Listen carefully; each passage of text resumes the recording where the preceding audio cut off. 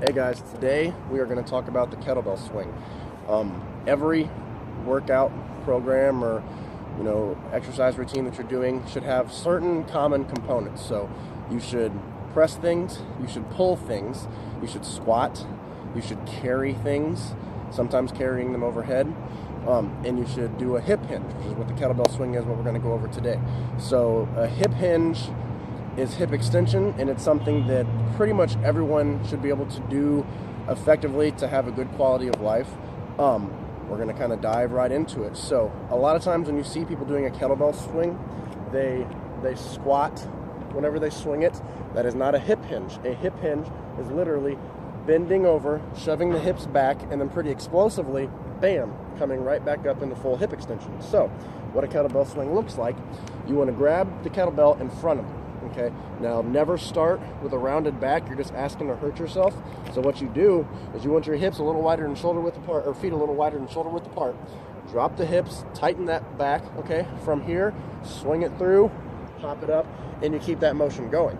Now, you want to pretend you have a make-believe triangle here from the knees to the hips. You're going to force the kettlebell above the knee through this hole and pop your hips back up to go straight out. So, what that looks like.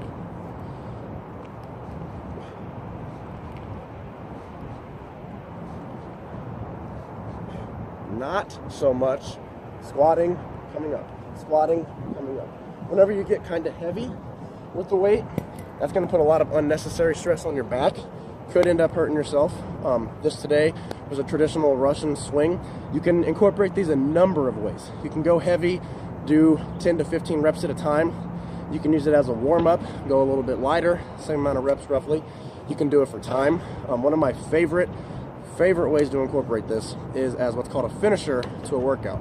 So specifically, if I'm doing a lower body intensive workout, my legs are getting fried. If I want to really send them home, really crank up the volume in the workout, I'll do 50 swings fast as I can with as little rest as I can, and you hammer that out at the end of the workout. So you go to town, all that volume, all the blood flow getting into those muscles, phenomenal. So if you're good at hip extension, hip hinging, that carries over to anything. If you ever bend over, everyone does, that helps you. So hope you guys like this. Grab a kettlebell, give a few swings a try.